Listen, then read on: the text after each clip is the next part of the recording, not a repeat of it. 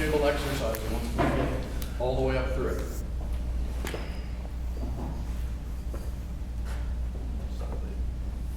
All right, come join me in the circle of woe. Whoa! Whoa. Whoa!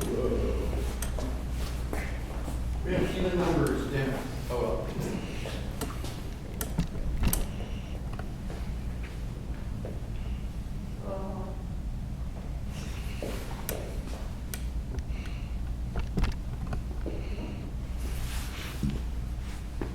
Direction.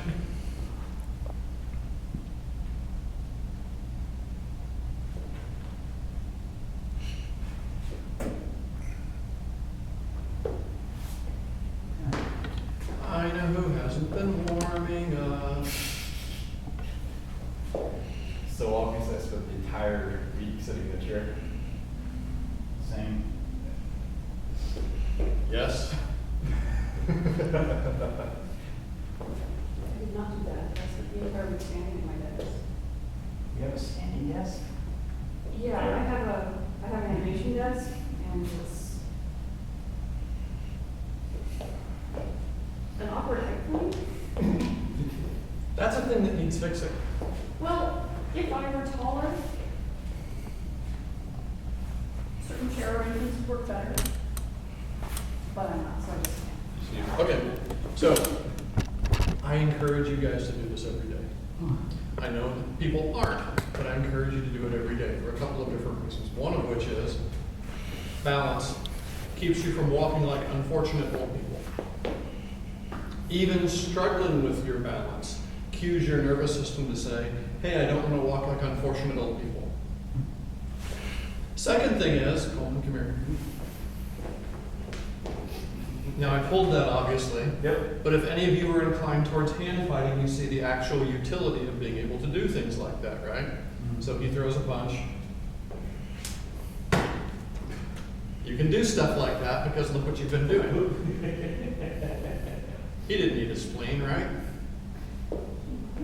Now, if you're not inclined towards hand fighting, you loosen up your hips and you loosen up your ankles and you let your leg relax and you improve your balance. If you have pretensions to other martial arts, it's very, very useful, as are all the other things we do. Don't they tell you not to kick above the waist? In some schools. But I did 10 years of Sabat. And in Sabat, the phrase is, who can do more can also do less. If I can kick you in the head easily, I can kick you in the liver and the spleen super easily.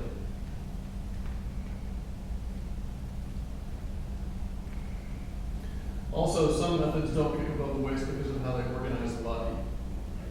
And some because their instructors are really fat and out of shape. It's the truth, guys. I know that. I mean, my conditioning is completely substandard by full competitive measures and for very good health reasons, et cetera, et cetera. You have lots of guys who look like they have a really hard time fighting their way out of a donut bag who are teaching how to fight. And some of them are scary fucking good. And a lot of them are charlatans. And the martial arts world is just absolutely full of charlatans. And probably has been for all eternity. Yeah, definitely. It's a good show. You need to watch it. No, I'm just talking about the whole mentality of I'm gonna train you. Feet together. Yes. Ribs get short, ribs get long. And if you're doing something and having fun and doing it for health, great. But people who make giant sweeping statements are usually making those statements for their own context.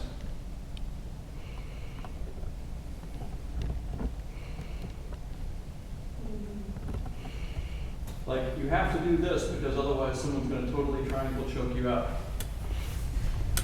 And now the guy doing the filming will snicker because I showed him the counter to that. He's like, I can't believe it's that easy. Proceed to get armbar afterwards. Well, that's your fault. Monoline triangle, so. Never kick above the waist. Definitely never kick above the waist if you're doing like bakwasham, which is fundamentally a wrestling style.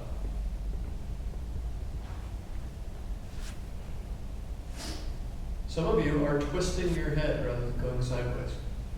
See if you can determine who you are.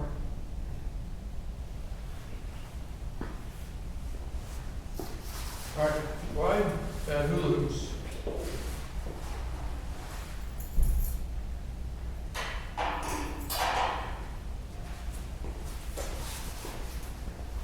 John upgraded his camera situation, so soon he'll be able to take pictures of our butts in 4K.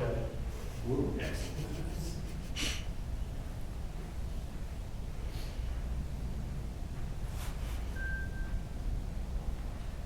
Direction.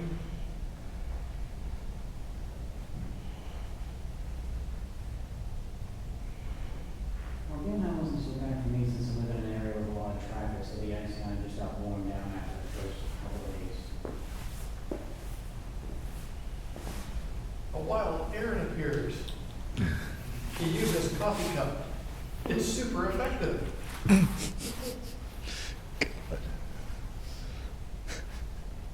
All right, good hula hoops.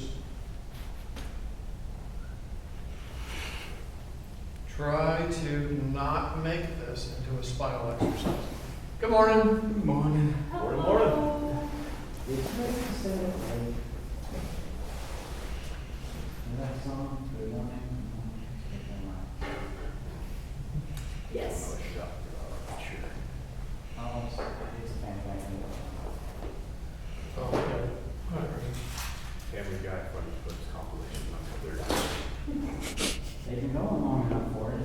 Oh, no, they're like, it's just a bunch of random people doing it. People watch that. When I say people, I mean like 14-year-olds.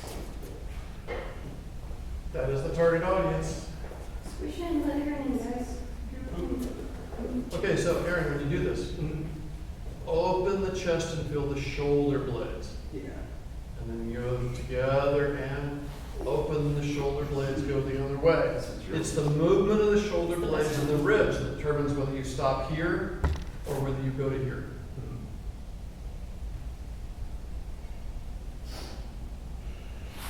This is another one of those fuddy-duddy 19th century exercises that are about as unsexy as it gets, and yet are based on completely sound mechanical principles. So I have a question. I have an evasive reply. Oh, never mind. Now, go ahead. So you always say like our warm-ups are super unsexy, right? What are sexy exercises? Do those exist? Mountain climbers. Let's go! Squats. All the popular exercises. This stuff is considered like what your granddad did, and when people see them on film, they laugh at them. Really? Yes. Okay. But as joint mobility exercises, these old school exercises are unheard of. Duck swing backwards.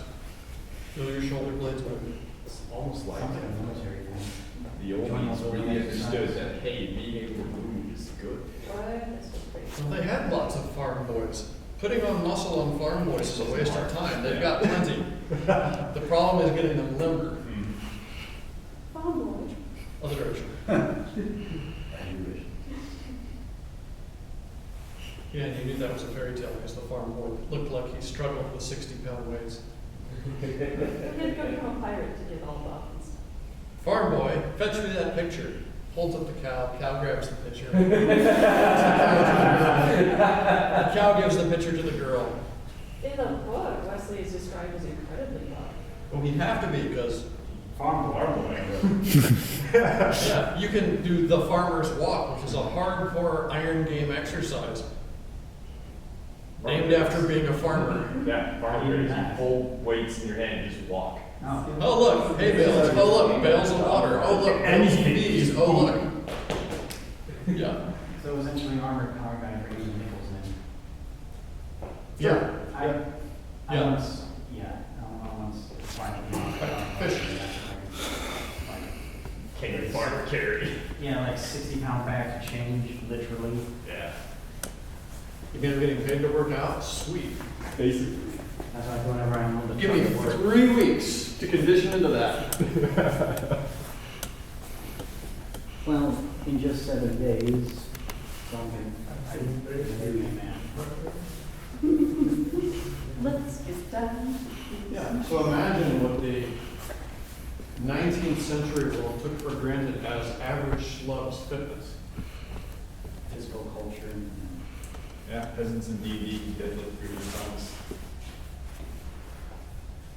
Which is funny since they can also be killed by house cats. Yep. Do not mock the system. It's perfect in every way. And together we're soldiers to be we're an armed soldier to be killed by a single dove. All right. Someone go grab a pair of synthetics real quick. Is that a short focus? No, but I Yes. this.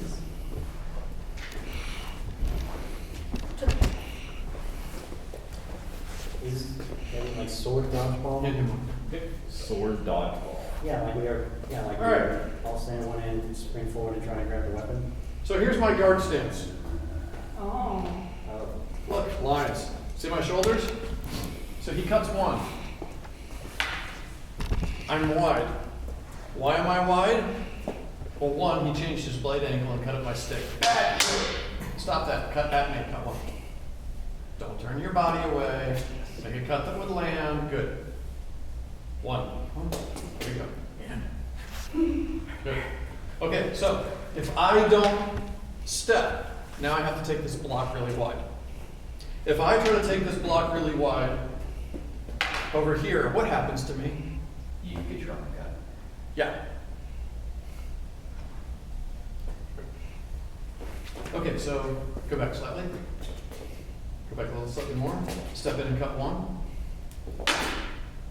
Now I've got strong on strong contact, and he's going to kick me in the nuts and giggle at me. That's not good either, right? Okay, go back. This is Fiore. So he goes to cut. Now, everybody go behind him and look. I'm not moving. Look at the lines on the floor and my hand and my shoulder. Oh. It's all in lines. Look at how tight my block was. I've only turned 15, 20 degrees. And because of it, look at what happens to Michael. He's about to have bad. Poor Michael. Yeah, that's a missing hand. Not looking good. It's bad times at Michael High, right? He's my age, he gets that joke. Okay, so he goes back. So he cuts two. I think Fast Times at Ridgemont High. It's a very interesting movie. Look at the geometry. How far did I turn? And Heather's is more interesting. Not very far. Not very far. Very, very tight.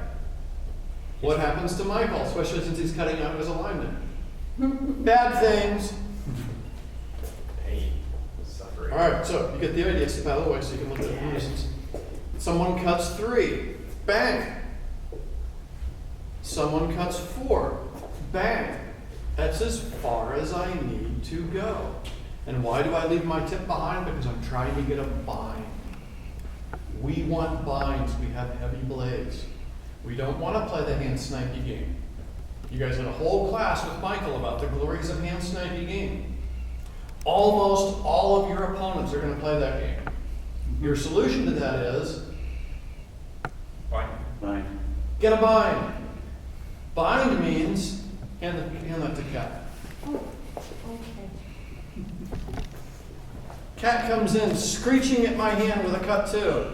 Cut two. Ah. Woo! And I do this. Now she's going to do something else. And I'm going to do something else. And we're going to go back and forth. And we're not going to do almost anything in binds. And then she comes in and throws cut two again. And I do this. And when she goes to do almost anything else, Don't bother. I can feel all that movement. And because I'm not here but here, she can't simply go coupe and cut. She can't simply disengage and go under and cut without paying attention to what I'm doing. If I do this badly, it's a risk buffet, and don't do that with yours. Yeah, use your cage. Otherwise you hurt your wrist, right? So notice, I can think of this as a position. I can think of this as a position. If we were teaching according to the traditional curriculum, we would think of these as positions. This would be fourth, this would be third, this would be second, and this would be demicircle. That's the Austro-Hungarian. Sometimes this will be circle. Sometimes this will be low fourth. Sometimes this is 9. Numbering changes, but that's the general mainstream. But we refer to them as block for cut 1, 2, 3, 4. Because our numbering comes right out of the 6 cavalry cuts. Because cavalry system, right? So, Cat comes into attack. And she comes screaming in with a giant cut something. Giant cut something! And I stepped backwards and moved my feet so I could get the bind I want. And now my block is very tight. How much of my arm is vulnerable? Not Not really, not at all. Not as much as I would like. How about here? Oh, very. How about here? If she dipsy doodles under to try to get her wrist false edge cut from here, what's going to happen? I'm gonna die. Pop. Smash! I don't even have to hit her arm because look what just happened. No more thumbs. It's like that opening scene in Jaws. She's skinny dipping, so it's supposed to be sexy and except later on the shark has actually like torn half her lower body off and all you can feel is revulsion and pity. If someone smashes your blade down when you're like this, you may as well just start humming. Dun, because that's what's coming. Observe the jaws of the great white shark as they extend to impale their victim. So, she comes screaming in with a cut. And I don't move my feet. I have not defended with my feet, and look where I am. Notice the happy, snickering look on Kat's face. She likes this much better.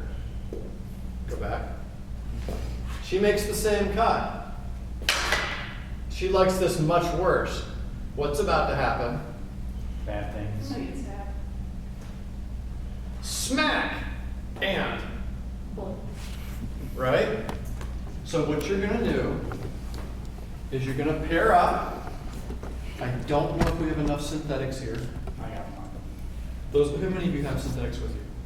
I just got mine. Yay! Okay, I think we might have barely enough synthetics. I'll work in with a stick. And what you're gonna do is you're going to have an attacker, and the dedicated attacker is going to come after you 1, 2, 3, 4, just like our basic cutting and blocking drill.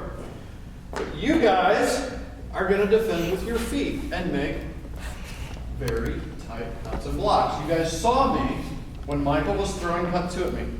Cat, throw heat at my hand. Cut 2. Not moving very far, or if you're stable, lose the footwork for demo purposes. Yeah, make it sharp and tight. Actually try to hit my hand. Oh, come on. Give me some heat. I know the cut ahead of time. Okay, notice how I'm not doing this, and I'm not doing this, and I'm not doing this, and I'm not even doing this, which is super secure but also very vulnerable afterwards. We don't do this and this. Yes, it will stop the blade. But the schools that do this don't do almost anything with false edge play, and it shows. Cut 1. And Kat suddenly starts snickering because look what I just gave her. A wrist buffet, right? She'll be coming around the saber guard when she chops off my wrist. Yeah, on her way out because she knows I'm going to riposte. And to riposte, where do I have to bring my hand? Towards her, so she knows where my wrist is going to be. So all she has to do is, oh, hello. So we don't do any of that business. Instead, give me some heat. Cut 1. I got to give that distance or she'd cut me through the face, right? But notice, I haven't turned far. I've ranged myself properly with my feet. I'm in alignment. And now I'm in position to either do a false edge cut under the wrist, an explosive cut 2, or to spring forward with my back foot and ruin her classes. That's a lot. We would never stab to the face. We dropped the hand a little bit and showed it to the neck. Got the idea? Well, you're gonna be like, you can't break someone's glasses. That's the best sort of defense. All right. Partner up. My glasses. Coleman. Yes. Kat. Sir, You two are my senior students who totally have no reason to ever get this wrong. I want you partnered with very less experienced people like Jake and Michael to start with. Okay. We've got more videos and content coming, so if you liked what you saw and it was useful for you, please stab the like button, /subscribe, and punch the little bell icon so that you're notified immediately when new content comes available. Thanks, and go do the thing.